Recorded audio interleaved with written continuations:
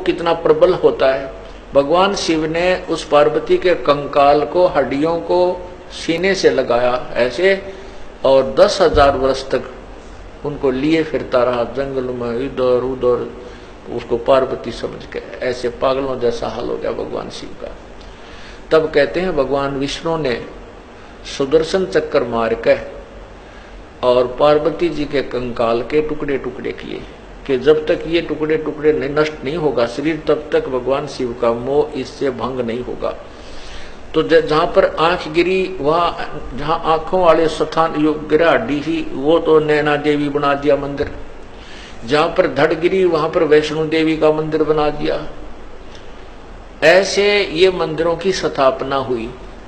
अब इसमें काफी सत्संग में बहुत सा निर्णय आपको मिलेगा। अब जैसे नैना देवी का मंदिर क्यों बना, वैष्णो देवी का मंदिर कैसे बना, जहां पर भगवान शिव के, पार्वती जी के जो अस्थियां थी उसका धड़ गिरा था नीचे का हिस्सा, उसको वहीं पर जमीन में गाड़ कर अंतिम संस्कार किया गया और उसके ऊपर एक यादगार बना दी, गुंबद सा बना दिया कि आने वाले समय में ये यादगार बनी रहे कि भगवान शिव की ने ऐसी लीला की थी, पार्वती ऐसे हुआ था, और उसकी यहाँ पर ये धड़ को अंतिम संस्कार किया गया था।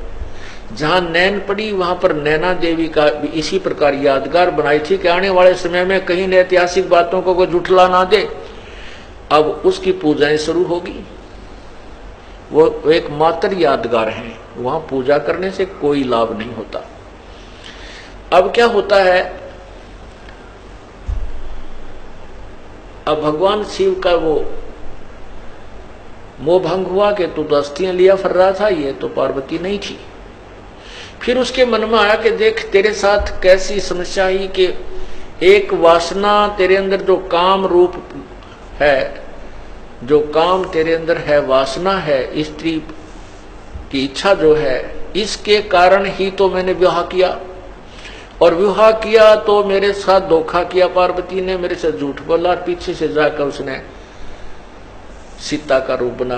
मैं सबसे प्रिय समझता था इसको कि ये मेरे सामने कभी झूठ नहीं बोलती, उसने मुझे धोखा दे दिया।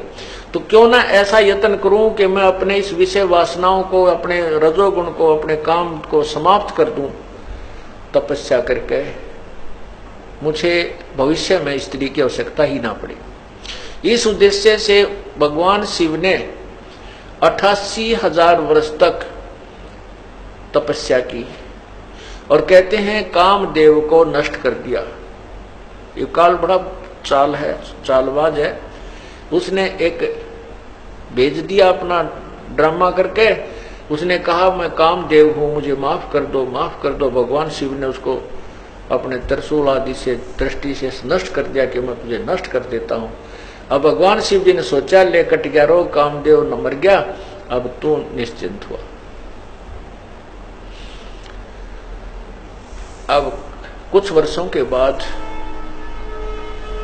काल भगवान को याद आई बात। कुछ वर्षों के बाद काल भगवान के मन में आया कि इस प्रकार जैसे आज भगवान इस शिव ने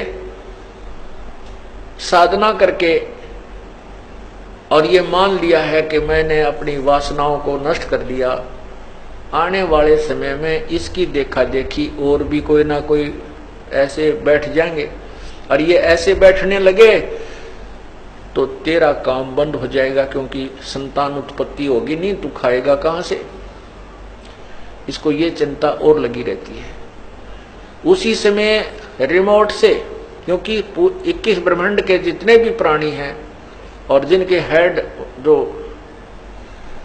हेड ऑफ द डिपार्टमेंट्स हैं, उन सब के रिमोट इसके हाथ में।